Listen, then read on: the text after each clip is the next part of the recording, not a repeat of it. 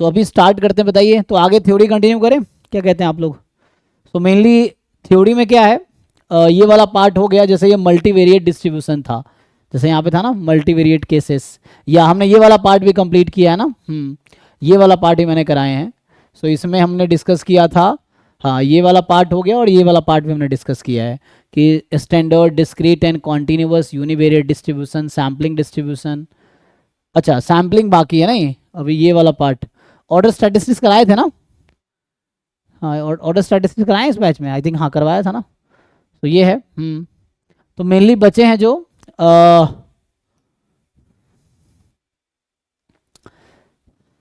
तो उसमें हमने ये बाई वेरिएट वाला स्टैंडर्ड डिस्ट्रीब्यूशन रह गया। जैसे अगर मैं बात करूं, चलिए पहले यहाँ से स्टार्ट करते हैं। मान लीजिए मैं स्टार्ट करता हूं बाई वेरिएट नॉर्मल डिस्ट्रीब्यूशन से।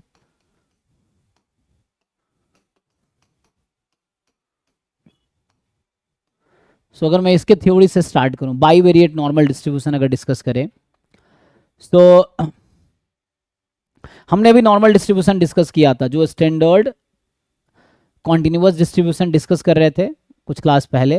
तो उसमें हमने नॉर्मल तो सारे डिस्ट्रीब्यूशन डिस्कस किए जो भी यूनिवेरिएट स्टैंडर्ड डिस्ट्रीब्यूशन है, जैसे नॉर्मल है या गामा है, एक्सपोनेंशियल है, लाप्लास है, ये सब जितने डिस्ट्रीब्यूशन थे वो हमने डिस्कस किए। डिस्क्रीट में पॉइसन है, बाइनोमियल है ना, इस तरह से बर्नौली है, ज्योमेट्रिक है, नेगेटिव बाइनोमियल है, ये सब हमने डिस्कस किया है। अभी बाईवेरिएट में ज्वाइंट में हमने स्टैंडर्ड डिस्ट्रीब्यूशन, मेनली दो डिस्ट्रीब्यूशन है, जैसे अभी नॉर्मल है, फिर बाईवेरिएट नॉर्मल, फिर मल्टीवेरिएट नॉर्मल है। तो मल्टीवेरिएट नॉर्मल आगे एक अलग से टॉपिक आएगा, मल्टीवेरिएट एनालिसिस, उसमें आ जाएगा। बाईवेरिएट हम लोग ज्वाइंट डिस्कस कर रहे हैं, इसमें डिस्कस कर लेते हैं। फिर मल्टीनोमियल डिस्ट्रीब्यूशन जस्ट जनरलाइजेशन है, जैसे बाइनोमियल, फिर ट्राइनोमियल, फिर मल्टीनोमियल, वो डिस्ट्रीब्यूशन है, तो उसके थ्योरीज एक बार देख लेते हैं, ठीक है जी। बेसिक प्रोबेबिलिटी के कुछ क्वेश्चंस में डाउट ट्राई है। किया आपने, बताइए अगर ट्राई किया है तो। सो ये जो असाइनमेंट मैंने भेजे थे ग्रुप में उसमें, यस सर। ठीक है ट्राई करके देख लेते हैं अगर ऐसा है तो यहाँ पे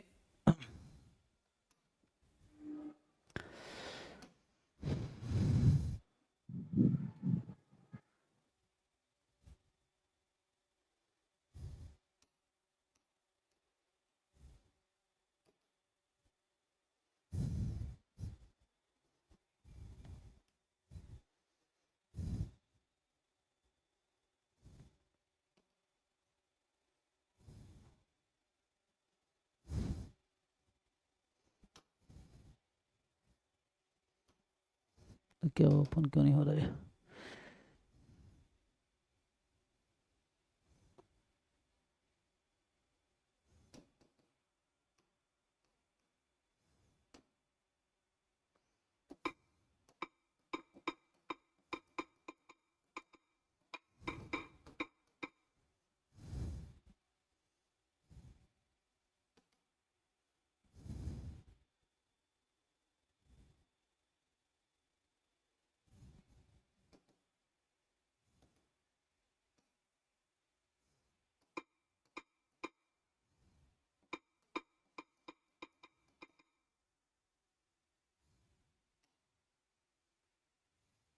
इसमें क्या हो रहा है?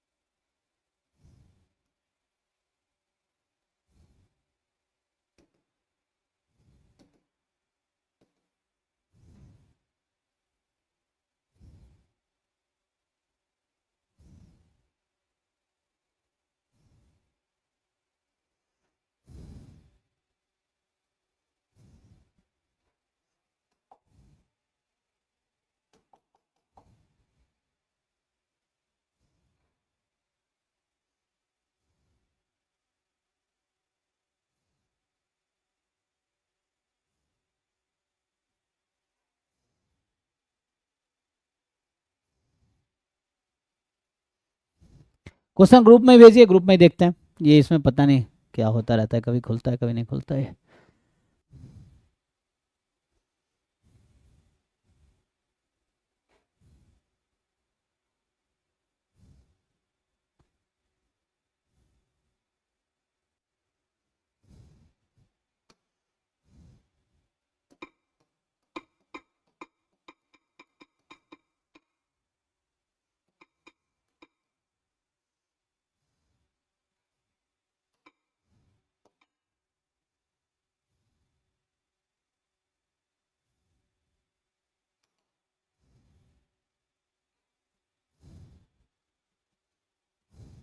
बताइए क्वेश्चन नंबर बताइए, यही असाइनमेंट में है ना। तो क्वेश्चन नंबर जिन लोगों ने ट्राई किए हैं तो लो, इसका अलग चक्कर है।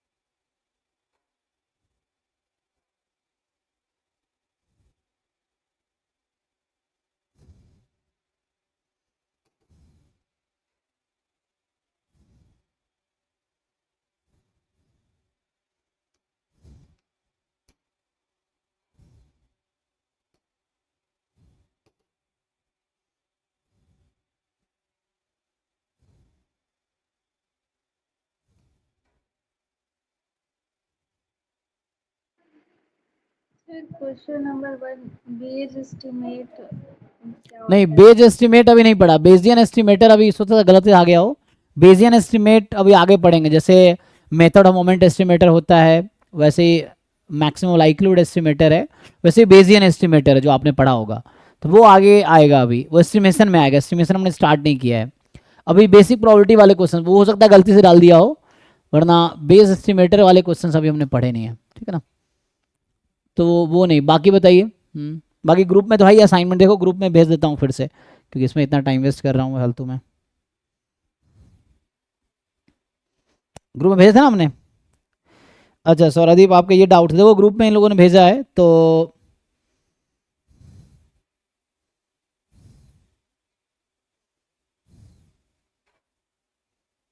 ये असाइनमेंट था ना, प्रोबेबिलिटी।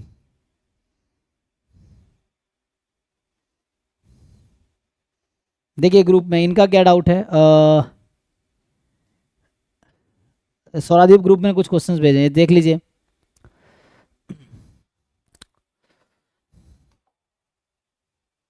तो इसका थ्योरी क्या आगे करें।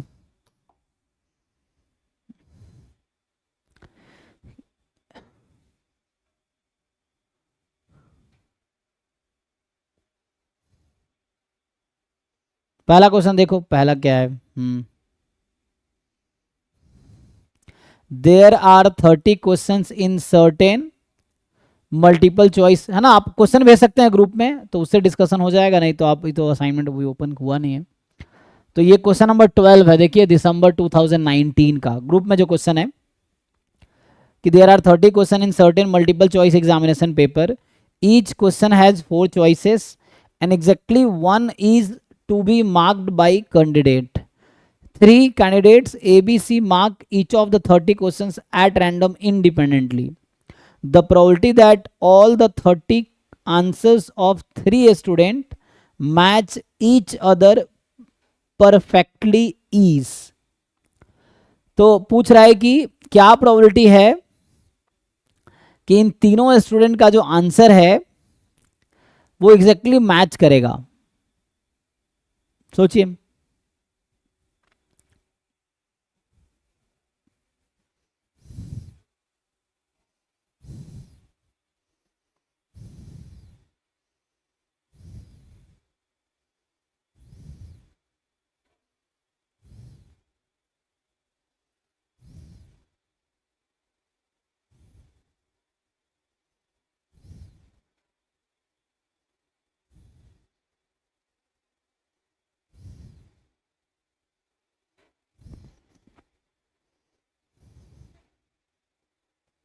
तो फर्स्ट क्वेश्चन में एक ए के पास कितने 3 चॉइस थे, 4 चॉइस है, 4 चॉइस ना, ईच क्वेश्चन हैज 4 ऑप्शंस। तो पहले पर्सन के पास 4 ऑप्शन है और दूसरे पर्सन के पास भी 4 ऑप्शन है, तीसरे के पास भी 4 ऑप्शन है। तो क्या प्रोबेबिलिटी है तीनों सेम ऑप्शन टिक करेगा, इसकी क्या प्रोबेबिलिटी है? मतलब ये समझिए अगर मैं ऐसा लिखूं कि x is equal to y is equal to z type का केस हो गया ना, करस्पॉन्डिंग टू ईच आउटकम।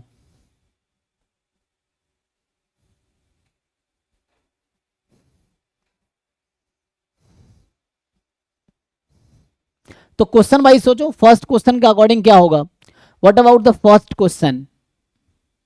पहले क्वेश्चन में तीनों सेम आंसर चूज करेंगे, इसके क्या चांसेस हैं? एक क्वेश्चन की बात कर रहे हैं। मतलब ये देखो, जैसे हमारे पास ये बिल्कुल वैसे ही हो गया जैसे 4 बॉक्स है and we are randomly choosing 1 box at random. तो क्या प्रोबेबिलिटी है तीनों सेम बॉक्स चूज करेगा? हाँ जी सौरदीप, आपका डाउट है ना ये, बताइए। हाँ सर। हाँ, so you have each student A has 4 options, student B has 4 option, student C has 4 option. तो मुझे बताइए कि स्टूडेंट ए पहले ऑप्शन को चूज करेगा, इसकी क्या प्रोबेबिलिटी है? सर 1/4। 1/4। अच्छा, और दूसरा स्टूडेंट भी ए चूज करेगा, इसकी क्या प्रोबेबिलिटी है? 1/4 होगा। और तीसरा स्टूडेंट भी यही चूज करेगा, इसकी क्या प्रोबेबिलिटी है? 1/4। तो ये तो हो गया कि, और ऐसे कितने केसेस बनेंगे? 30 केसेस। नहीं, अभी पहले क्वेश्चन की बात कर रहे हैं। तो अभी तो मैंने अच्छा, ए को फिक्स कर दिया ना, जरूरी थोड़ी ए ही टिक किया होगा। बी में तो हो सकता है सब बी चूज करे, या सब सी चूज करे, या सब डी चूज करे। सो ऐसे चारों कितने केस केसेस? होगा। तो इसके कितने केसेस हैं? 4 केस है। हाँ So this is for the first question. हाँ। Again for the second question, for third question, for fourth question. समझ आ रहा है 30 पावर क्यों लगाया? First question and second question. So अब ऐसा समझिए हाँ।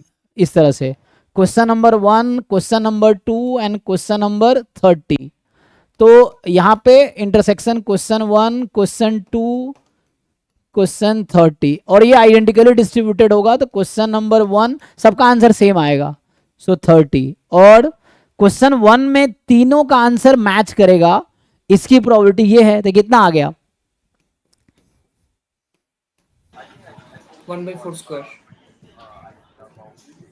कितना ये हो गया? हाँ सर ठीक है। हाँ, ये आ गया। ठीक है जी, बाकी लोग देख लीजिए, कुछ क्वेरी पूछिए। ये ग्रुप में नेट का ही क्वेश्चन है, PYQ दिसंबर 2019 का।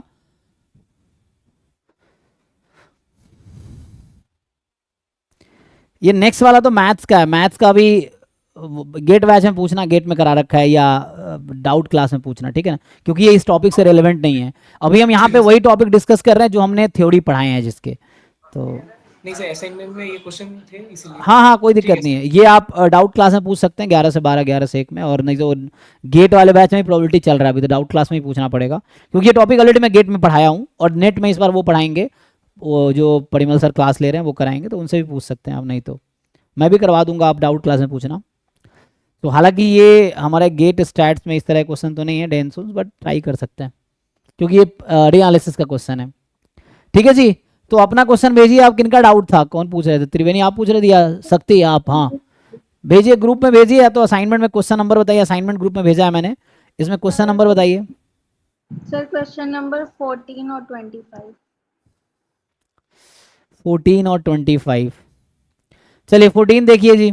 ऐसे कर करके आप एक एक टॉपिक के सारे असाइनमेंट अगर कर लेंगे तो आपकी नेट की तैयारी हो गई। ये चीज़ें हैं तो अच्छा है। तो ऐसे अगर फिर एक बार टॉपिक वाइज कर लो, बाद में ईयर वाइज कर लो, ईच ईयर के पेपर सॉल्व करके देखो कि आपको 200 प्लस है ना, 200 मार्क्स के अटेम्प्ट करने हैं उसमें, एग्जाम में तो करने हैं ना। तो आपको देखना पड़ेगा कि यूनिट 1 से 20 क्वेश्चन में 15 करने हैं, यूनिट 2, यूनिट 3 जो भी एग्जाम में इस तरह से आते हैं। तो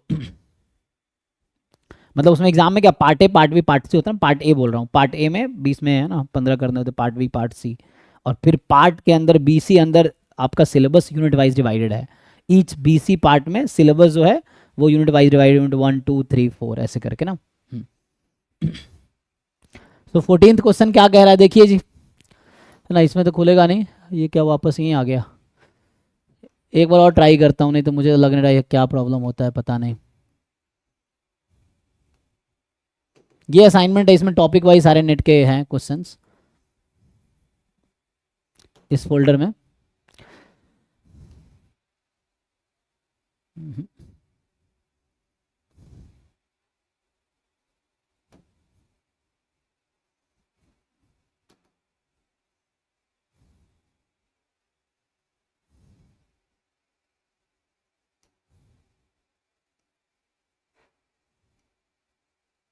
इसमें पता नहीं कुछ प्रॉब्लम होता है, कभी ओपन होता है कभी नहीं होता है। देखिए 14th क्वेश्चन देखिए, आप लोग ग्रुप में है ना, ग्रुप में देखिए 14th क्वेश्चन जो असाइनमेंट मैंने भेजा उसमें 14th क्वेश्चन। ये क्वेश्चन है कि suppose A B C are events, ये नेट का ही PYQ है, तो PA PB PC आपको दे रखा है। So probability A is 0.2, probability B is 0.2। और जिन लोगों ने थ्योरी नहीं पढ़े वो भी असाइनमेंट ट्राई कर सकते हैं। मैं फिर से कह रहा हूँ, थ्योरीज ऑलमोस्ट आपको आती हैं, आपको सीखना है problem solving. So it's not like कि पूरी थ्योरी जब आप पढ़ लेंगे तभी आपको आएगा, ऐसा नहीं है। आप अभी भी सॉल्व कर सकते हैं असाइनमेंट्स, है ना। उसके बाद आप देखिए कि आपको कहाँ पे डाउट है, वो आप डिस्कस कीजिए। थ्योरीज जो मैं पढ़ाऊंगा या जो आपने पढ़ा होगा ऑलमोस्ट वही है, हाँ थोड़े से बस मेरे पढ़ाने के बाद चीज़ें रिकॉल हो जाएंगी, किताब में वही सारी चीज़ें, बट प्रॉब्लम आप सॉल्व करने में ज़्यादा फोकस कीजिए। ये है फिर प्रॉब्लम सॉल्व करेंगे आपको खुद ही रियलाइज होगा कि आपको थ्योरी आती है कि नहीं आती है, कितना सीखने की ज़रूरत है, कितना आपको आता है ना, ये आपको जस्ट आपको खुद ही सीखने की ज़रूरत है। सो इससे आ जाएगा। ओके, सो ये कह रहा है कि ABC आपको दे रखा है 0.3 और इंटरसेक्शन की प्रोबेबिलिटी दे रखी है 0.1, तो ये सब इक्वल है। A intersection B, B intersection C, C intersection A, ये सब 0.1 है। So which are the following are possible values of A union B union C। तो इन तीनों का सम कितना है, 2 3 है ना, 0.7। अच्छा, तो मतलब इनके कॉम्प्लीमेंट में जो है टोटल 0.7 है। और इंटरसेक्शन AB में इंटरसेक्शन 0.1, BC में 0. CA में 0.1 है। तो अगर ऐसे इसको हम वेन डायग्राम टाइप से सॉल्व करने की कोशिश करें तो वैसे भी कर सकते हैं। तो ABC इस तरह से है, और सो हमें ये नहीं दे रखा है कि तीनों के इंटरसेक्शन में क्या है, बट ये पता है क्या ना, ये दो 0.1 है, ये 0.1 है, और दिस इज 0.1, ये पता है हमें। एंड इसके बाद ABC की प्रोबेबिलिटी आपको A 0.2 दे रखा है, तो यहाँ 0.1 है, B 0.2 है, C 0.3 है। सो आपसे पूछा गया है कि what is the probability that A union B union C क्या हो सकता है इसमें से। तो आप इनइक्वालिटीज भी यूज कर सकते हैं। तो आप कैसे सॉल्व कर रहे हैं, किन्होंने बताया आंसर? इंक्लूजन एक्सक्लूजन प्रिंसिपल से भी सॉल्व हो सकता है। हाँ उससे भी कर सकते हैं। हाँ जी समीना। थ्योरम से, एडिशन थ्योरम से किया सर मैंने। अच्छा, टोटल प्रोबेबिलिटी हमारी 1 होती है, तो A union B union C सभी गिवन है। यहाँ पर वैल्यू सब्स्टिट्यूट करेंगे तो इंटरसेक्शन निकल जाएगा सर।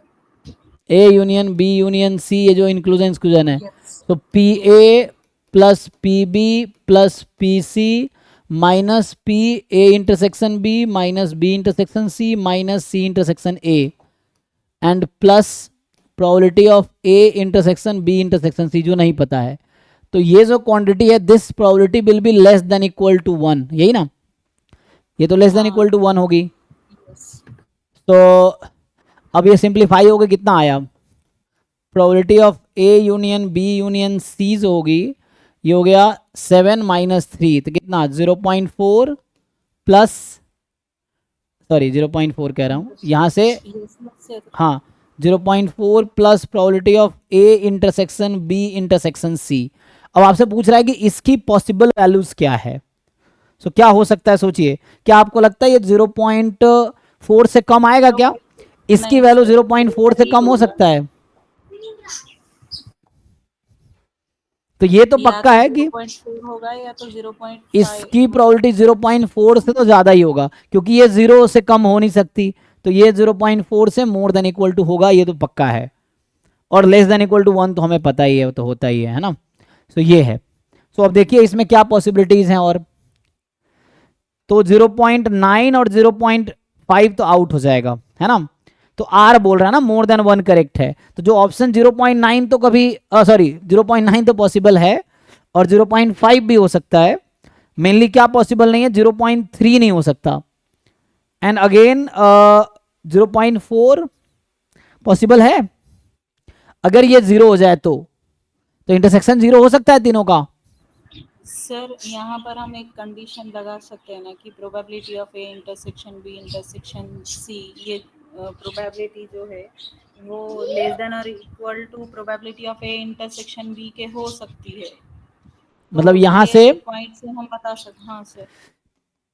अभी ये बोल रहे हैं कि ये है ना, अभी जो गिवन प्रोबेबिलिटी से कंपेयर कीजिए। तो आप क्या जानते हैं, दिस इज सबसेट ऑफ, जैसे this quantity is, this will be less than equal to इन तीनों से, तो ये तो 0.1 से कम ही होगी। क्यों? क्योंकि A intersection B intersection C जो है ना सबसेट है इसका, किसी भी एक से ना, इन तीनों में से किसी भी एक का सबसेट है। ए इंटरसेक्शन बी इंटरसेक्शन है ना, इससे मान लो, और ये less than equal to probability of a होगी, है ऐसा जी, देख लीजिए।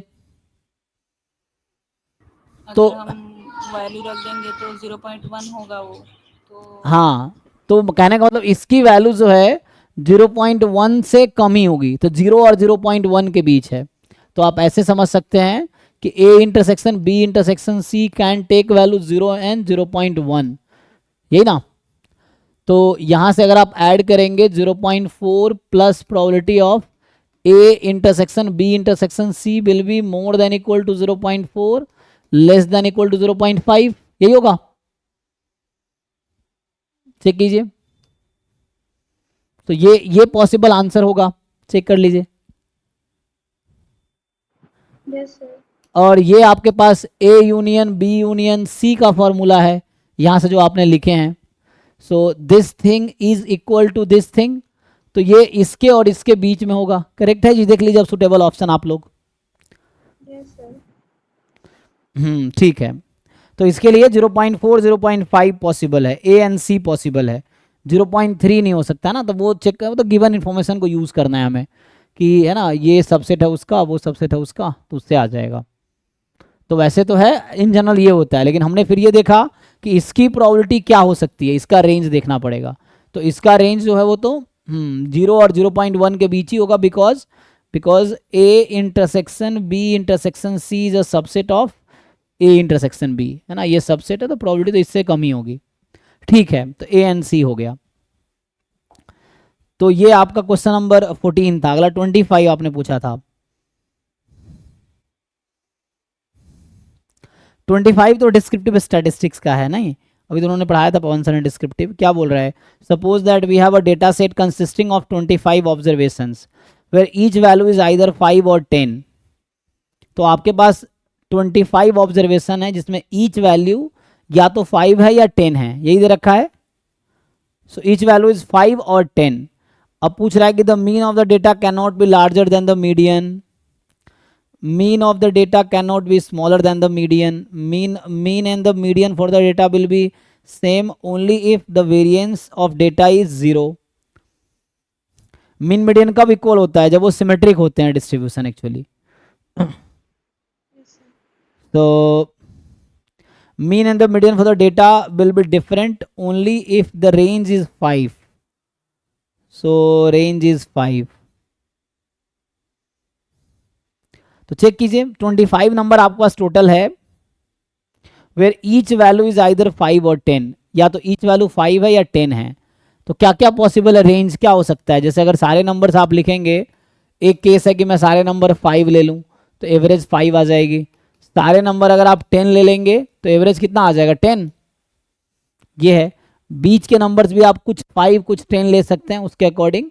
तो ईच नंबर इज 5 और 10, यही बोल रहा है ना कि ईच एक्स आई जो है, एक्स आई की वैल्यू या तो 5 है या 10 है, आई फ्रॉम 1 to 10, यही 1 to 25।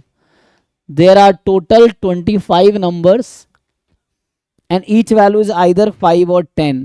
तो बताओ मीन क्या होगा। मीन एंड मीडियन के बारे में क्या बोल सकते हैं आप। मीडियन क्या होता है, मिडिल वैल्यू। Yes sir. तो सोचिए आप मीडियन के लिए पहले आपको अरेंज करना पड़ेगा असेंडिंग ऑर्डर में, और उसके बाद आप मीडियन निकालेंगे, है ना।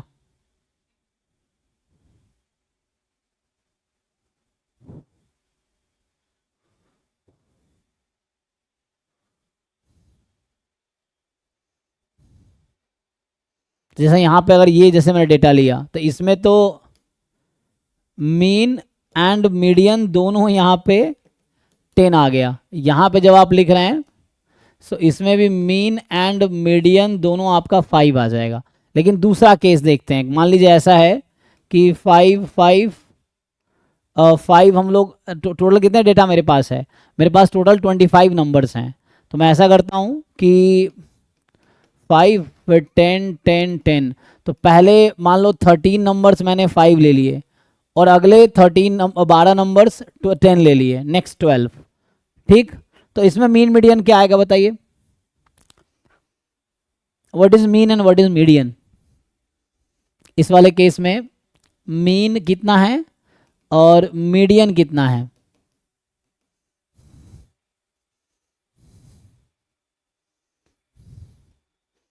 मीन क्या ऐड कर लेंगे ना, तो 5 इंटू 13 टाइम मैंने 5 लिया है, 10 को 12 टाइम लिया है, टोटल सम आ गया अपॉन 25 कर दीजिए।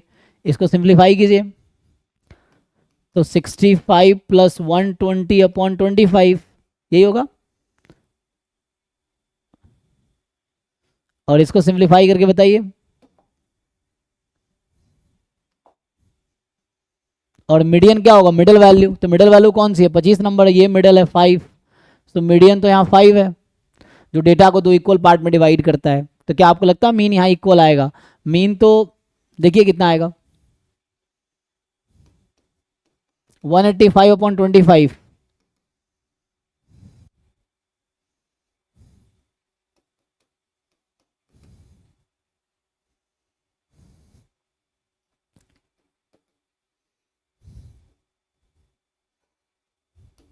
ये आ गया ना, देखिए एक बार। वैसे ही मैं थोड़ा सा इसको फिर से ट्विस्ट करता हूँ एक डेटा और मैं लेके दिखाता हूँ। जैसे 5 5 5 आप अगर 12 टाइम लें, ये मैं 12 टाइम ले रहा हूँ, और बाकी 10 10 10 मैं 13 टाइम ले रहा हूँ, उल्टा कर देते हैं। तो अभी क्या होगा इस केस में, what is mean and what is median. अब मीन देखिए और अब मीडियन देखिए आप। सो मीन आएगा फिर से 5 into 12 plus 10 into 13 upon total number कितना है 25 एवरेज। तो ये आ जाएगा 60 प्लस 130 190 बाई 25 कितना आएगा, ये सिंप्लीफाई कर लीजिए।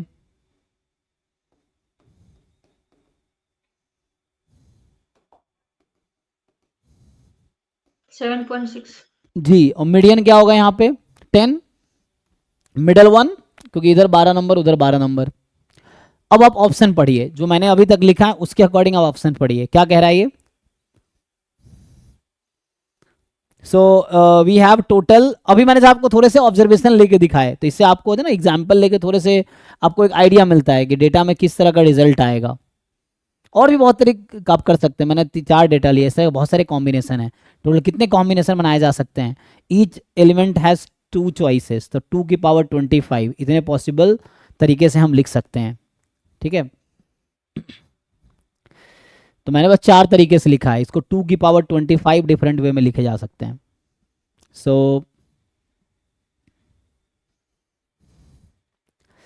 क्या होगा बताइए। तो पहला पूछ रहा था mean of data can not be larger than median, check कीजिए, mean can not be larger than median, यहां चेक कीजिए हाँ या ना। तो ऑप्शन ए फॉल्स हो गया, 1 counter example is enough to say false. तो mean can be larger than median, एक एग्जाम्पल हमने बना लिया जहां मीन लार्जर है मीडियन से, तो पहला गलत हो गया। Mean of the data can not be smaller than the median, mean of the data cannot be smaller than the median, mean of the data cannot be smaller than the median,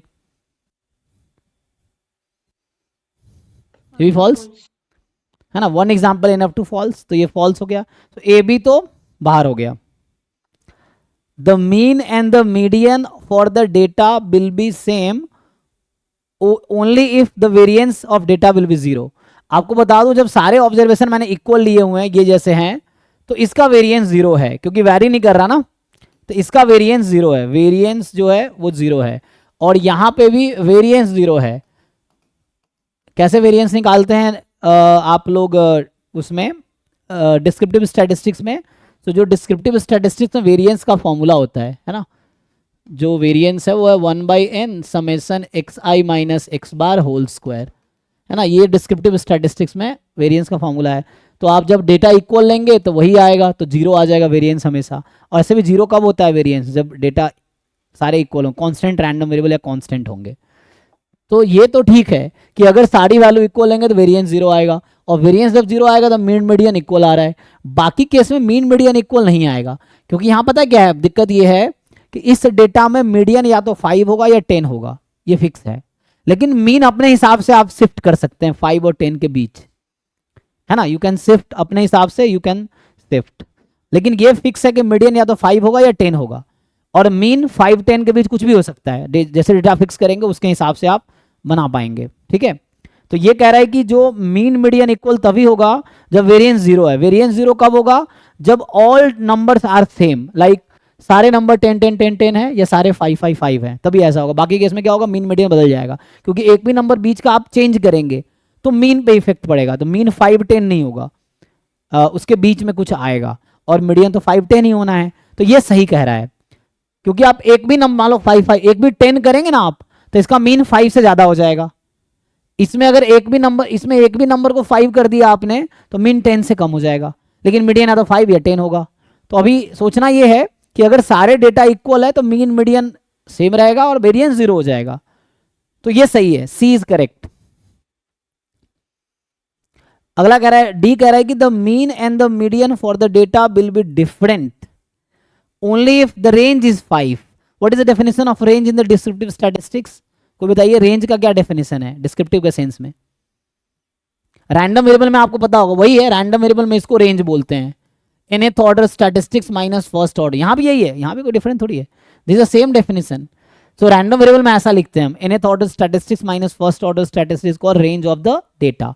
तो यहां भी ऐसे ही होगा, largest observation minus smallest observation. जैसे ये सब 10 है तो इसका रेंज जीरो है, largest is also 10, smallest is also, range is zero.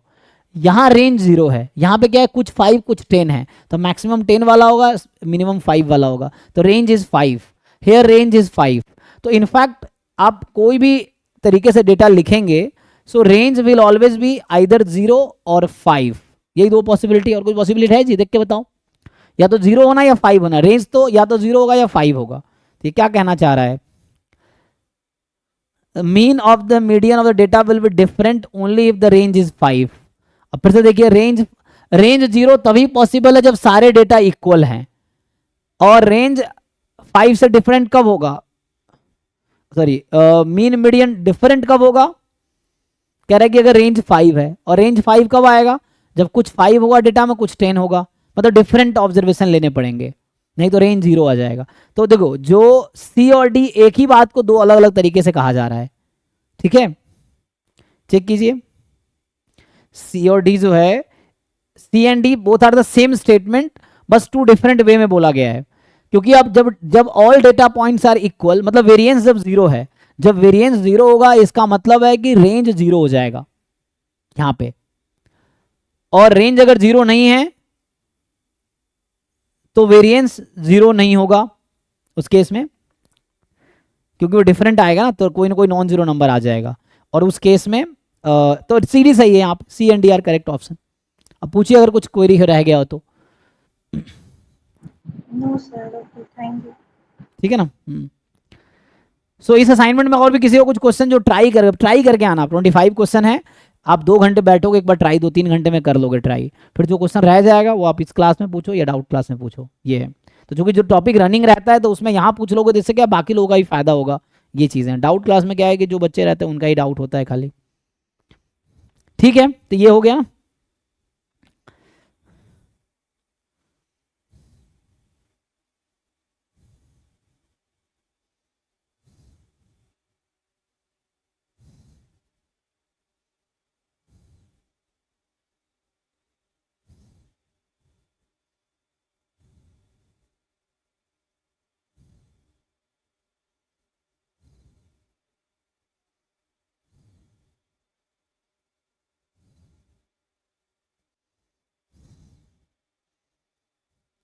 चलो ये आगे थ्योरी करें। सो अभी हम क्या थ्योरी स्टार्ट करने वाले थे, बाईवेरिएट नॉर्मल, क्योंकि ज्वाइंट में हमने ये डिस्कस नहीं किया था, इसको कंटिन्यू करता हूं, ठीक है।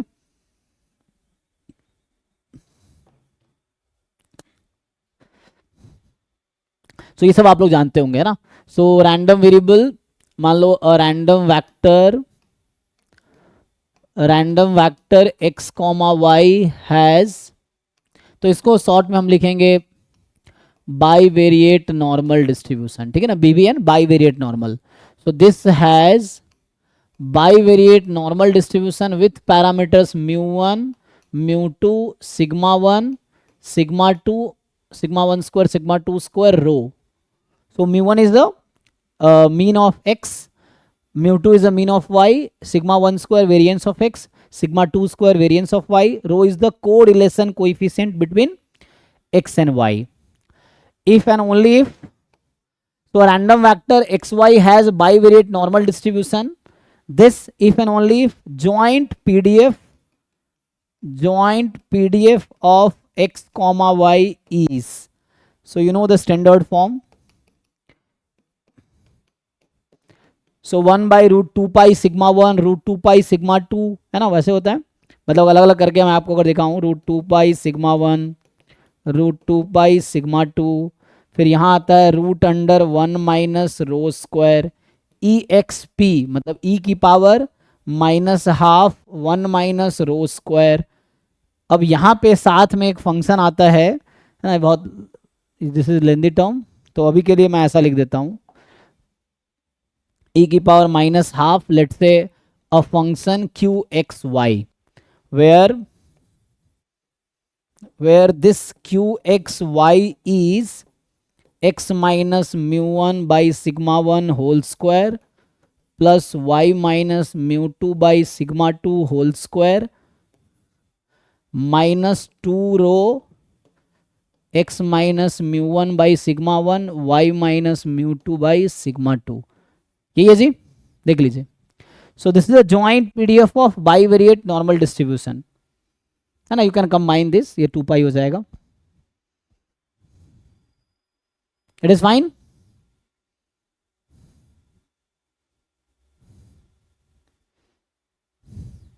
Yes sir. सो ये सिंपल है ना, ये सिंपल है बाईवेरिएट नॉर्मल का PDF। अब होता क्या है, जैसे क्वेश्चंस अगर आप सॉल्व करते हैं, तो यहाँ पे थोड़ा सा मैंने इंट्रोडक्शन है ना, जो मैंने नोटेशंस यूज किए हैं, the notations we used is, so when we write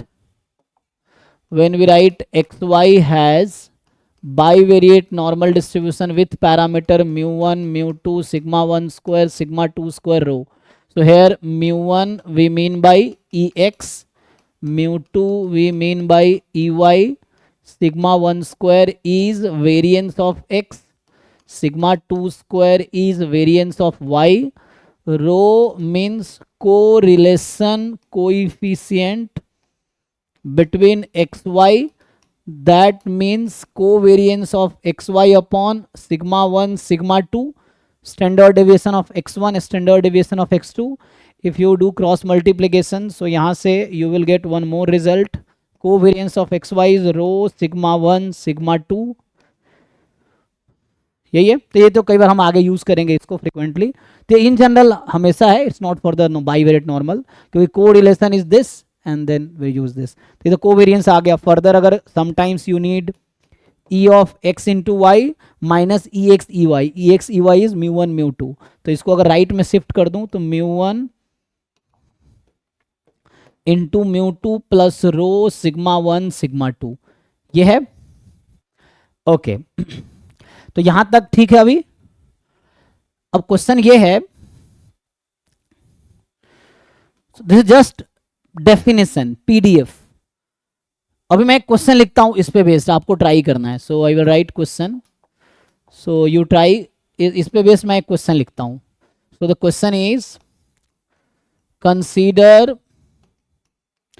joint PDF of bivariate normal random vector, just for the easy question लिख रहा हूं एक, ठीक है। so it's a k time EXP और आ जाएगा -1/2 into x square plus y square. अभी के लिए मैं इतना कर दूं आसान, चलो अभी इतना ही लिख देते हैं। सो ये तो बहुत इजी सा हो गया। So here you need to find what is the value of μ1 μ2 sigma 1 square sigma 2 square rho and k. This is very easy question. 0 0 1 1 0 1 upon root 2 pi 0 1 upon root 2 pi नहीं रूट 2 पाई क्यों होगा, joint है ना, 2 pi 2 2 पाई है ना। सो ये बहुत easy होगा आप लोगों के लिए, बाकी लोग भी देख पाएंगे सिंपली बिकॉज ये हमने लिखा है, इसको आप सेपरेट कर सकते हैं। तो if I solve this so you can simply, इसको तो दो प्रोडक्ट है बाईवेरिएट नॉर्मल का ना, ये तो if you just compare it with this, इसके साथ कंपेयर करो, you compare it with this -12 into Q, और वो जो नंबर्स मैंने लिख रखा है just x square plus y square, x square plus y square, तो ये रो 0 हो गया, इसीलिए प्रोडक्ट टर्म गायब हो गया। सो रो इज 0 एंड यहाँ से x square plus y square है, so mu is 0 sigma is 1, mu is 0 sigma is 1, that's why. तो सिंपली यहाँ से आप कंपेयर कर पाएंगे, आपको इसको कंपेयर करना है। एंड व्हाट इज के, सो के इज दिस नंबर, के is actually this number is के, ये है, तो यहाँ से आप कंपेयर कर लेंगे। सो ठीक है, ये तो बहुत आसान था। Next question is second question, देखिए। तो second question is joint PDF of bivariate normal random variable xy is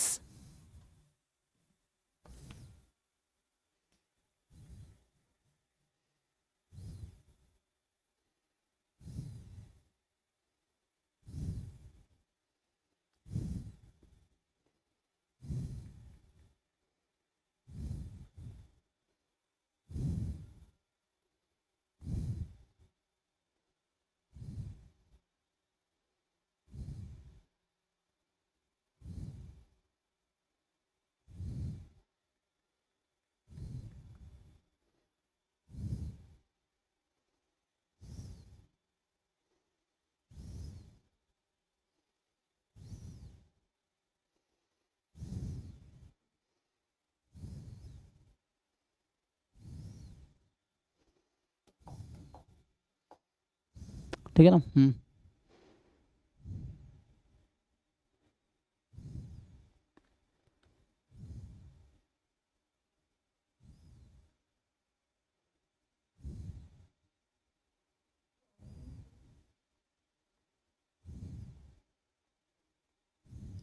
देखिए, तो क्वेश्चन ऐसा है कि दे आर गिविंग यू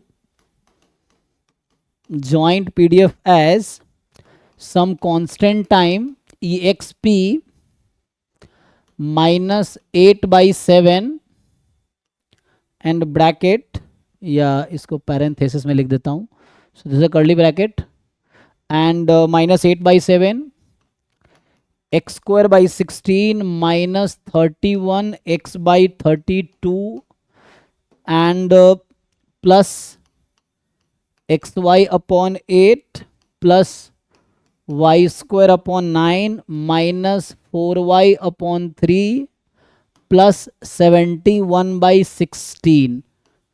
ठीक, so now again you need to find the same thing. So question is then find value of mu1 mu2 sigma 1 square sigma 2 square rho and k. So these values you have to find in a similar way. So मतलब आपको fit करना है इसको bivariate normal के PDF पे, ठीक है। Sigma 1 square 7 आएगा क्या? नहीं, वो तो आपको बताना है। चलिए मैं यहाँ लिखता हूँ, आप बताइए, फिर मैं सॉल्व करूंगा। पिछला क्वेश्चन बहुत आसान था इसलिए मैंने सॉल्व नहीं किया, वैसे देयर आर मेनी वे। तो आपको मैं एक ट्रिक बताऊं, अगर पहले आप सॉल्व कीजिए, आपको जो आता है उससे सॉल्व कीजिए, फिर मैं बताऊंगा। तो mu1 mu2 sigma 1 square sigma 2 square rho and k, these 6 values you have to find.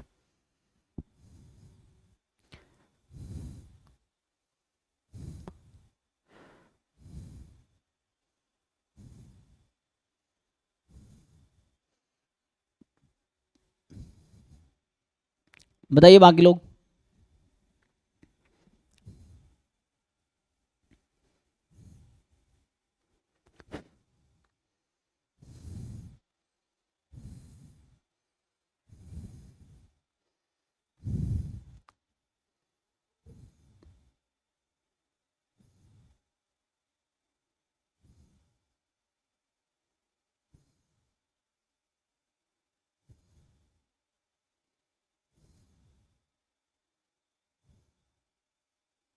अच्छा एक मिनट, क्यू एक्स वाई मैंने एक यहाँ पे वो टर्म छोड़ नहीं दिया।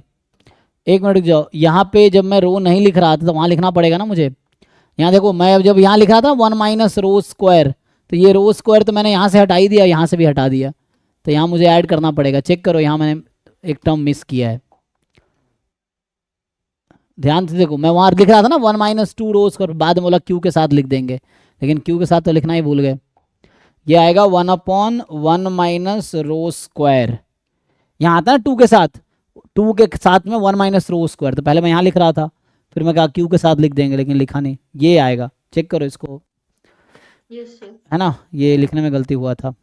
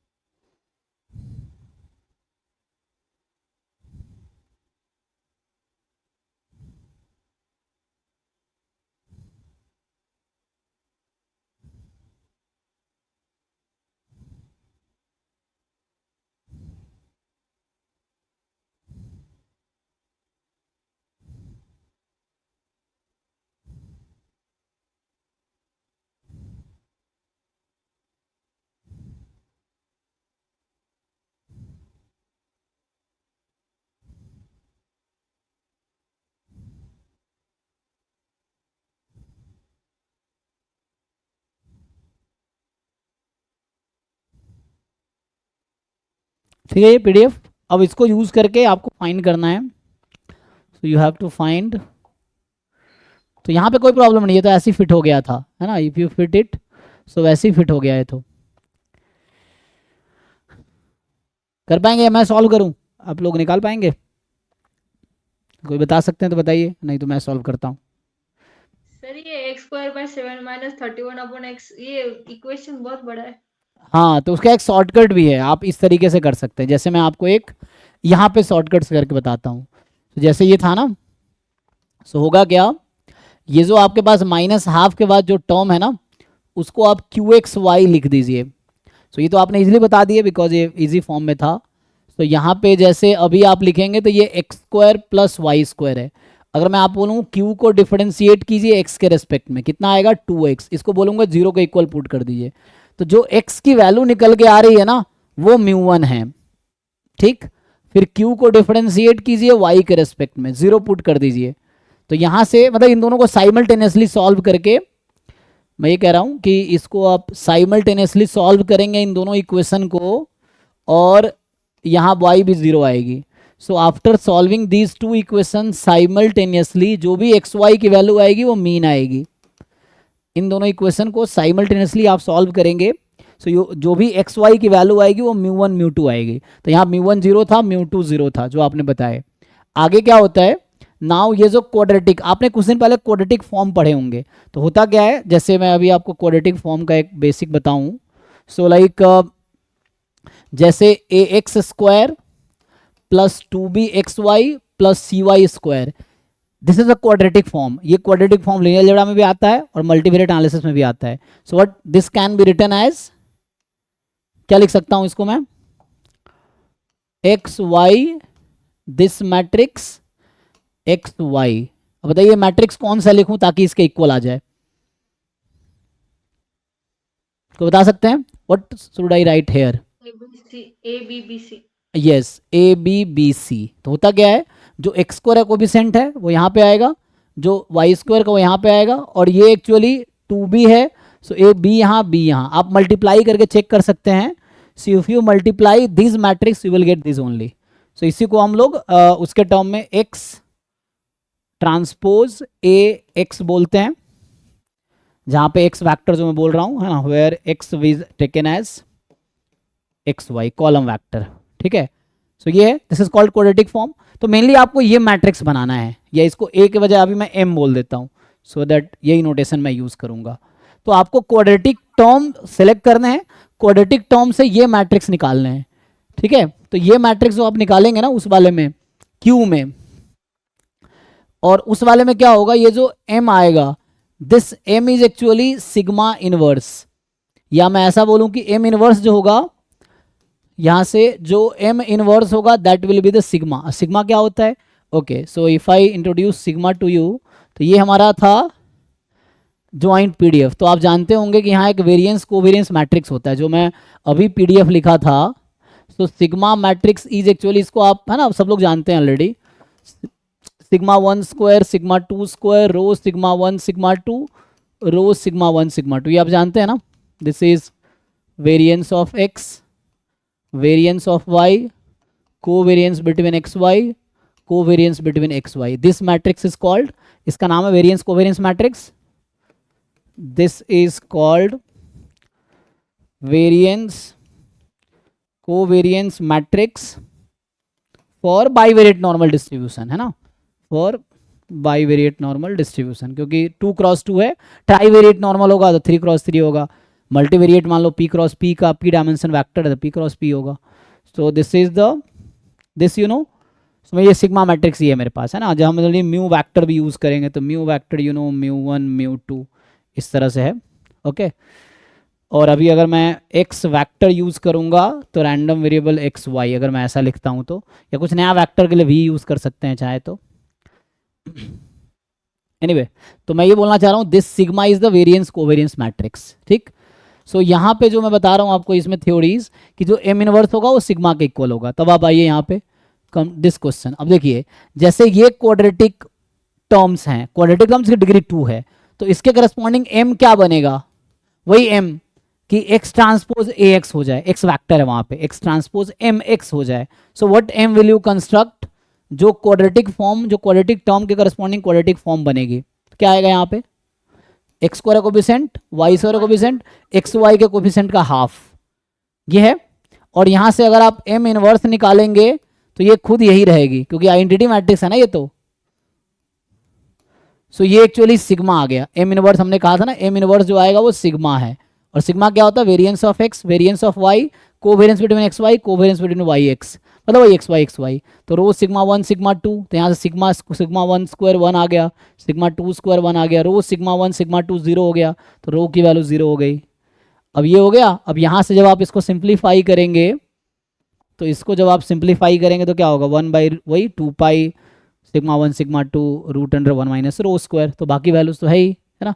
ये जो k इन जनरल होता है ये क्या है, 1 by 2 pi sigma 1 sigma 2 1 minus rho square, form में लिखने के बाद यही आएगा। चलिए, तो अभी सेम चीज यहां पे करते हैं। अब same experiment will do this with this question. So पहले माइनस हाफ बाहर करो, इसमें से वैसा लिखना पड़ेगा ना मुझे। तो इसको पहले मुझे लिखना पड़ेगा k time e x p of minus half Q x y, है ना, ये है। तो minus half Q x y. अब यहाँ पे आप क्यू एक्स वाई लिख लो, क्या होगा, so what will be your Q x y. So ये वैल्यूज तो मुझे चाहिए। सो यहाँ से अभी आप क्यू एक्स वाई नोट करो, इसको हटाओ। So minus half into Q x y ना, तो मेरा क्यू एक्स वाई यहाँ पे क्या आएगा, माइनस हाफ निकाल दो। तो माइनस हाफ जब निकाल दोगे तो 16/7 हो जाएगा, है ना। तो ये 16/7 हो जाएगा माइनस हाफ बाहर करने के बाद। एंड बाकी as it is x square by 16, 31x/32। तो मैं क्वाड्रेटिक वाला टर्म पहले लिख देता हूँ, है ना, इसी में क्वाड्रेटिक वाला टर्म पहले लिख देता हूँ। X square by 16, y square by 9, x y वाला कौन सा है, प्लस एक्स वाई अपॉन 8, अब एक्स वाला 31x/32 माइनस 4y/3 प्लस 71/16, यही आ गया। This is your Q x y, के ई की power minus half Q x y, ये टर्म है।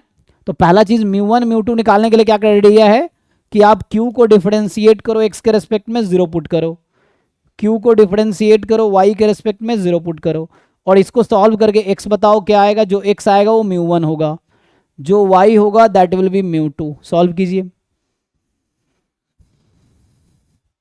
सर ये 2x/7 यानी y का भी फॉर्म आ रहा है उसमें। हाँ कोई दिक्कत नहीं, तो साइमल्टेनियस सॉल्व हो जाएगा ना, 2 इक्वेशन 2 वेरिएबल में, ओके सर। 2 इक्वेशंस इन 2 वेरिएबल, तो साइमल्टेनियस सॉल्व कर लीजिए लीनियर इक्वेशन इन 2 वेरिएबल। बाकी लोग भी ट्राई कीजिए। So you differentiate with respect x and y and then solve करके बताइए एक्स वाई की वैल्यू क्या आएगी सिंप्लीफाई होने के बाद।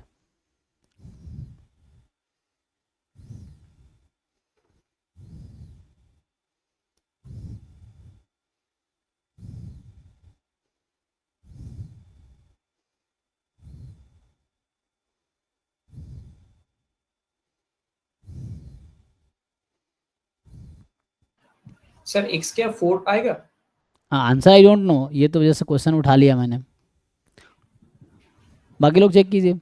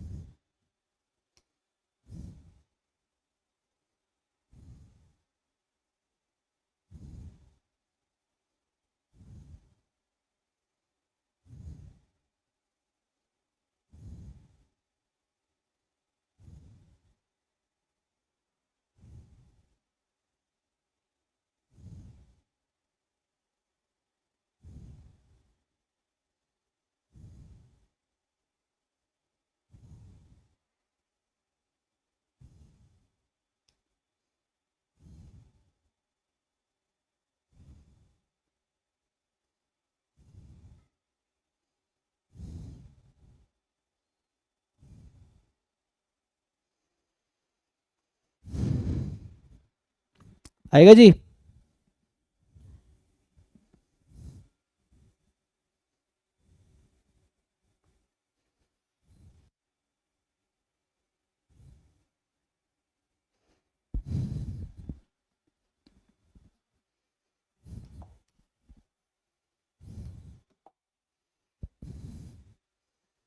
तो इसको तो बाहर रख सकते हो, है ना, इसकी ज़रूरत तो है नहीं, लेकिन ठीक है। 16/7, यहाँ 2x/16, हम x के रेस्पेक्ट में डिफ्रेंशिएट कर रहे हैं, तो ये 0 हो जाएगा। यहाँ पे y/8 माइनस 31/2, ये बचेगा, दिस इज 0। और यहाँ पे जब करेंगे ऐसे ही 16/7, अब y के रेस्पेक्ट में डिफ्रेंशिएट कर रहे हैं, सो 2y/9 एंड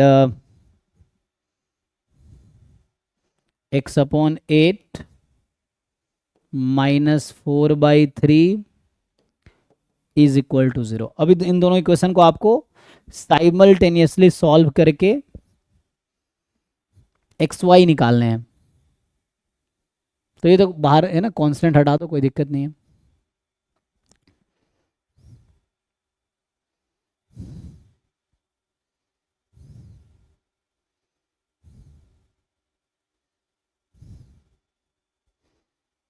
कर पाएंगे जी सॉल्व?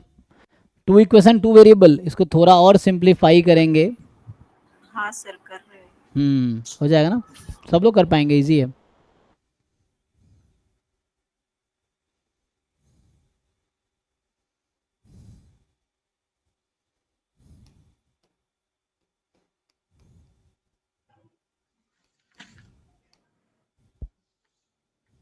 सर x की वैल्यू -14 आ रही है और y की वैल्यू 87/4। ऐसे कॉम्प्लिकेटेड आ रहा है। अच्छा, यस सर।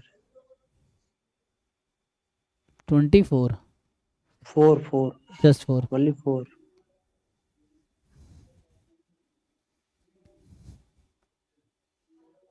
सर x की वैल्यू 4 और y की वैल्यू 15/4।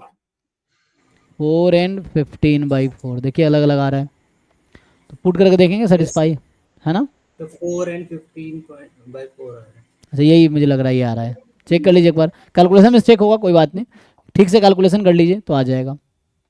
तो 4 एंड 15 μ1 आ गया 4, μ2 आ गया दिस, है ना। सो अगर ये करेक्ट है तो μ1 is this and μ2 is this. Now second step is, so हमें μ1 μ2 मिल गया, अब चाहिए σ1 स्क्वायर σ2 स्क्वायर एंड रो चाहिए एंड देन k भी चाहिए, तो आ जाएगा। तो पहले σ1 स्क्वायर σ2 स्क्वायर निकाल लेते हैं। तो इसके लिए मुझे वही क्वाड्रेटिक फॉर्म लिखना पड़ेगा, एम मैट्रिक्स। तो एम मैट्रिक्स में क्या होता है, जो क्वाड्रेटिक टर्म्स हैं उसके करस्पॉन्डिंग क्या मैट्रिक्स बनेगी। तो यहाँ पे जो क्वाड्रेटिक टर्म है ये तीनों है ना, ये भी क्वाड्रेटिक है, x की पावर 1 y की पावर 1 दोनों वेरिएबल है। So this term is quadratic, है ना, these 3 term are quadratic terms have in degree 2। So बाकी सब linear linear linear constant, linear linear constant, quadratic quadratic quadratic. तो इसके करस्पॉन्डिंग अगर हम मैट्रिक्स बनाएंगे जैसे हम बना रहे थे, तो एक्स स्क्वायर का कोएफिशिएंट जो होगा फर्स्ट रो की फर्स्ट कॉलम, सो यहाँ पे आएगी 1/16, वाई स्क्वायर का कोएफिशिएंट सेकेंड रो की सेकेंड कॉलम 1/9, तो यहाँ आएगी 1/9 एंड देन जो एक्स वाई कोएफिशिएंट 1/8 है, तो ये दो पार्ट में डिवाइड हो जाएगा, बी एंड बी 2b, मतलब जो सम होगा वो 1/8 होगा। तो 1/8 को 2 पार्ट में करेंगे तो 1/16 प्लस 1/16 राइट, तो भी 1/8 होगा।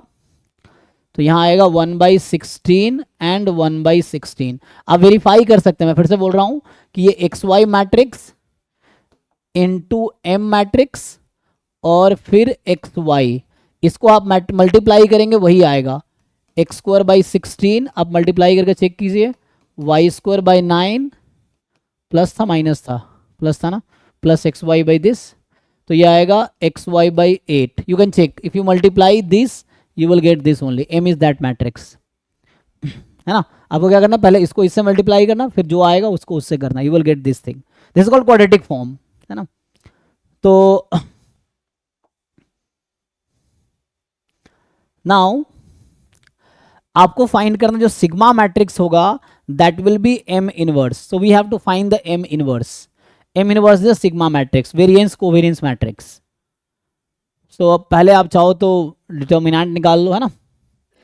तो 1 determinant of m, determinant of m होगा 1/16 इंटू 9 माइनस 1/16 इंटू 16, ठीक है जी। तो यहाँ से अगर मैं डिटर्मिनेंट m निकालता हूँ तो 1/16 इंटू 9 144 माइनस 1/16 इंटू 16 256, तो एलसीएम ले सकते हैं। अच्छा 1/16 कॉमन निकाल सकते थे, है ना, तो 1/16 अगर हम कॉमन लेते, ठीक है जी, तो क्या बचता 1/9 माइनस 1/16, तो 7/144, चेक कर लीजिए।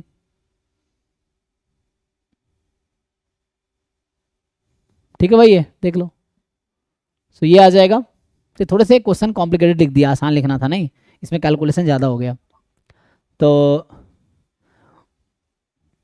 मतलब कहने का मतलब ये फाइनली जो भी आएगा इस तरह का नंबर आएगा। तो 1 डिटर्मिनेंट m, तो डिटर्मिनेंट m तो रेसिप्रोकल हो जाएगा 16 इंटू 144/7, वो चेक कर लेना आप लोग।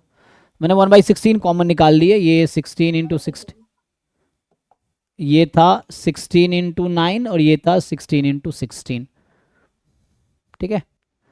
तो ये आ जाएगा। अब क्या करते हैं आप लोग, 1 डिटर्मिनेंट इंटू एडजॉइंट, एडजॉइंट में क्या करते हैं, डायगोनल को इंटरचेंज करो एंड नॉन डायगोनल का साइन चेंज कर देते हैं आप एडजॉइंट में, डायरेक्ट फॉर्मूला है 2/2 में, change interchange diagonals and non diagonal का साइन चेंज कर दो। तो ये जो सिंप्लीफाई होके आया इसको आप मल्टीप्लाई भी कर सकते हैं। तो यहाँ से इसको इनसाइड शिफ्ट करो, ईच टर्म में मल्टीप्लाई करो आप, तो ईच टर्म में मल्टीप्लाई करोगे तो ये आएगा 256/7, ठीक। उसको आप मल्टीप्लाई करेंगे -144/7, ऐसे ही उसको मल्टीप्लाई करेंगे तो 144/7 एंड अगेन 144/7। तो ये आ गया आपका वेरिएंस कोवेरिएंस मैट्रिक्स। तो सिग्मा 1 स्क्वायर सिग्मा 2 स्क्वायर, ठीक है। सो यहाँ से मिला आपको, तो sigma 1 square is 256/7, sigma 2 square is 144/7, rho sigma 1 sigma 2 which is covariance between x y, covariance between x y is, एक मिनट ये अलग अलग कैसे आ गया, एक मिनट, माइनस 10 रह गया। सर माइनस होगा। अच्छा यहाँ भी है ना, हाँ ये मैंने माइनस मिस किया है ना। इंटर डायगोनल कोऑर्डिनेशन को नॉन डायगोनल का साइन चेंज करो, तो साइन दोनों जगह चेंज होगा ना, इन दोनों प्लेस पे साइन चेंज होगा, हाँ वो मैंने लिखने में गलती किया था, ठीक है ना। अब तो 144/7, अब यहाँ से सॉल्व कर लेते हैं, रो सिग्मा 1 सिग्मा 2 पता ही है, तो रो इंटू यहाँ से रूट ले लेंगे, सो रूट लेंगे तो ये 16/√7, ये है 12/√7, ऐसा सिग्मा 1 सिग्मा 2, और दिस इज इक्वल टू -144/7। अब यहाँ पे 7, तो ये कैंसिल हो जाएगा अब, ठीक है। इस इक्वेशन को सॉल्व कर रहे हैं, we are just continuing this equation. तो ये कैंसिल होके इसको कैंसिल कर देगा, और 12 से ये कट जाएगा 12 टाइम में, तो -12/16, तो रो आ गया -12/16, चेक कर लीजिए, -12/16 कैंसिल करेंगे तो सो -3/4, तो रो की वैल्यू आ गई -3/4, ठीक। So we got sigma 1 square sigma 2 square and rho is -3/4, ये आ गया। सो μ1 μ2 ऑलरेडी आ चुका था, है ना। सो μ1 μ2 रो सिग्मा 1 सिग्मा 2 आ गया। अब चाहिए k, सो k का एक्सप्रेशन क्या होता है, what is formula for k, जो बाहर हमने k लिखा है,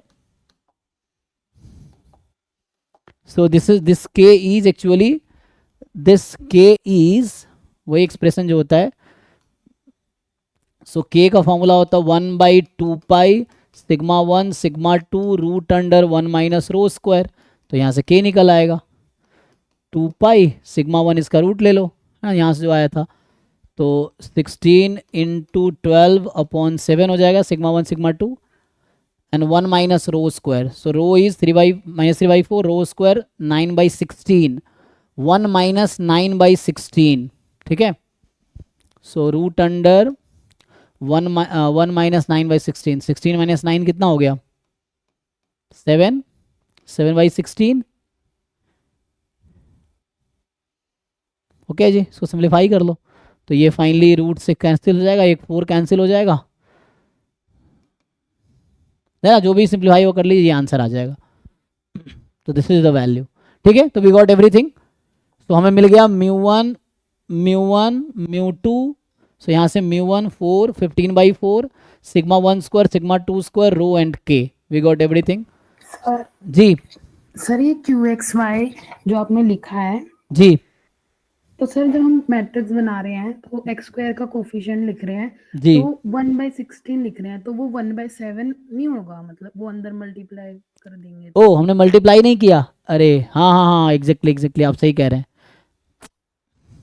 इसको सिंप्लीफाई करना था ना, हाँ एग्जैक्टली हमें तो पहले रिड्यूस करना है सिंप्लीफाई करके, तो क्या बनता 1/7 और, हाँ ये तो सही कह रहे हैं, हमने तो इसको इग्नोर ही कर दिया ना, मतलब कैलकुलेशन मिस्टेक हो गया। आप सही कह रहे हैं ना, किसी ने ध्यान नहीं दिया, मैंने भी ध्यान नहीं दिया, हाँ हाँ एग्जैक्टली। तो कैलकुलेशन जो होगा एक्चुअली इसके बेस पे होना था, मुझे पूरा मल्टीप्लाई करना था ना, यहाँ जो मैं बता रहा था आपको, जैसे यहीं पे था, तो QXY मेरा ये पूरा था ना, यहाँ पे तो यहाँ पे QXY ये था, कहीं भी जहाँ मैंने QXY लिखे हैं, तो मैं इसका एक जनरल अप्रोच लिख देता हूँ। तो एक्चुअली जैसे मुझे इस तरह का पहले क्वाड्रेटिक पूरा बनाना था, तब जाके आंसर आता, शायद उन्होंने जो सॉल्व किए थे वो उससे सॉल्व किए होंगे, एक बार चेक कर लीजिए। तो यहाँ हमने क्या गलती किया एक्चुअली, ये तो हमने बस इसको कंसिडर किया है, बट इसको क्यों इग्नोर कर दिया, इसको भी तो मल्टीप्लाई करना था।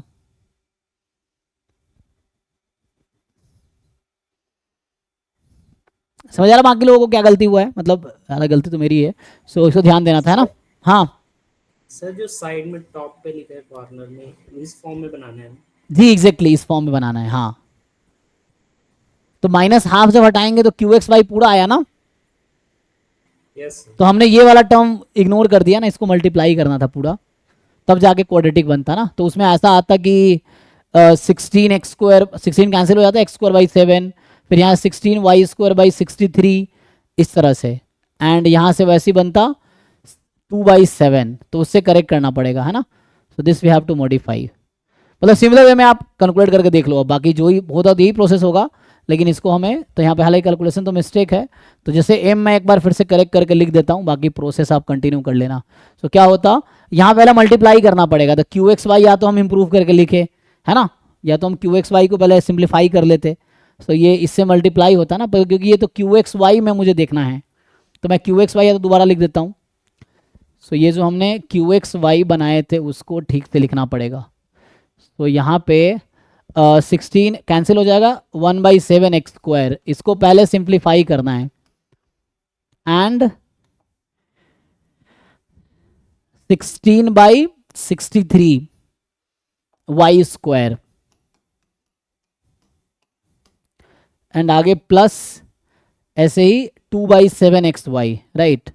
सो प्लस 2/7xy, बाकी टर्म भी होंगे, लेकिन हमें बाकी टर्म की ज़रूरत नहीं है, मल्टीप्लाई कर सकते हैं। तो ये हो जाएगा, कैंसिल हो जाएगा 2 से, सो 31/14x, 31x/14 होगा, सो माइनस 31x/14 होगा, एंड फिर इसी यहाँ पे मल्टीप्लाई, हालांकि इसकी ज़रूरत नहीं है हमें, फिर भी मल्टीप्लाई कर लो, तो 64/21 y है यस है ना, एंड अगेन आप मल्टीप्लाई करेंगे तो यहाँ ये 16 ही था, तो 16 का 71/7, तो प्लस 71/7 ये आ गया। तो इसके अकॉर्डिंग हमें एम बनाना था, एम मैट्रिक्स। तो एम मैट्रिक्स जो कंस्ट्रक्ट करना था, दैट ये हो जाता 1/7, इधर y² का 16/63, एक्स वाई कोफिशिएंट को हाफ हाफ करना होगा, 1/7 1/7, ठीक है ना, क्योंकि 2xy ना, 2 भी xy होता है, तो ऐसा बनेगा। अब हमें एम इनवर्स फिर निकालना पड़ेगा, वही प्रोसेस है। So you find M inverse, that will be sigma, and sigma will be σ1², σ2², rho σ1 σ2, rho σ1 σ2। जब आप एम इनवर्स निकालेंगे, इससे कंपेयर करेंगे, तो आपको यहाँ से इजीली मिल जाएगा σ1², जैसा अभी कैलकुलेशन हमने किया था वो थोड़ा गलती हो गया था टर्म को इग्नोर करके, तो σ1 σ2 इसकी वैल्यू आ जाएगी, ठीक है। तो यहाँ से मुझे रो चाहिए, तो आप रो निकाल लेना बस, यू फाइंड रो, ये निकल जाएगा। μ1 μ2 ऑलरेडी आपने वो भी चेक कहा, उसमें दिक्कत नहीं आएगी, क्योंकि वो बाहर था तो यहाँ प्रॉब्लम नहीं हुई, ये नंबर तो चला गया डिनोमिनेटर में, यहाँ प्रॉब्लम नहीं होगी, तो यहाँ आई थिंक ये ठीक है, ठीक है ना। 4 और 15/4 इज फाइन, यहाँ पे आंसर चेंज होगा, ठीक है जी। तो फिर से वही है, डिटर्मिनेंट निकालिए 1 डिटर्मिनेंट m, तो जो m इनवर्स का फॉर्मूला होता है 1 determinant m adjoint matrix of m, तो इससे आपके आंसर आ जाएंगे। तो सॉल्व करके देख लीजिए। एक और मैं आसान सा क्वेश्चन लिख देता हूँ, तो इससे वेरीफाई हो जाएगा। तो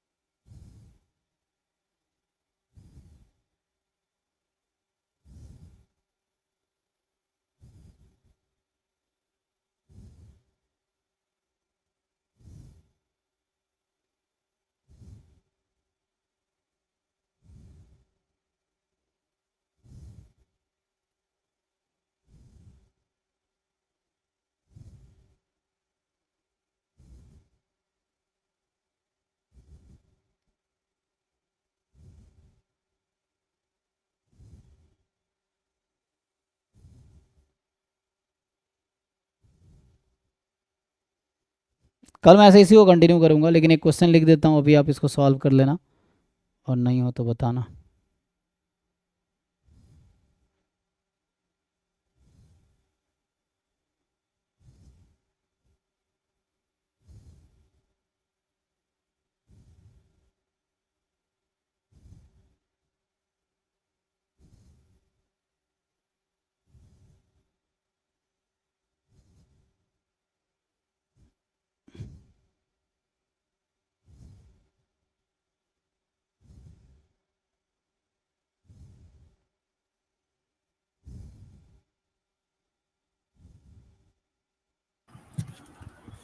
अभी सर, गेट इस पे गेट बैच में 2 क्वेश्चन, PYQ में हाँ हाँ PYQ में, सेम ऐसे ही मतलब सॉल्व करना होता है क्या? हाँ तो क्योंकि आपको अगर आ जाएगा पैरामीटर निकालना तो करना पड़ेगा, अगर पैरामीटर की ठीक है ज़रूरत पड़ेगी तो। ठीक है। हम्म, अभी उस दिन गेट बैच में 2 क्वेश्चन लिखे थे, मुझे देखना पड़ेगा क्या था। तो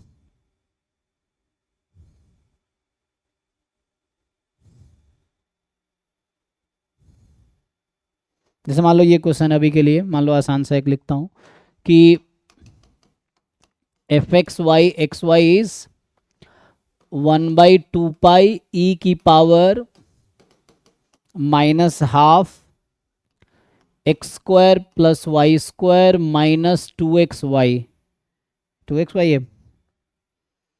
तो आपको बताना है, तो पहले ये चेक करो क्या ये बाईवेरिएट नॉर्मल का पीडीएफ है, तो क्या होगा पैरामीटर्स यहाँ पे।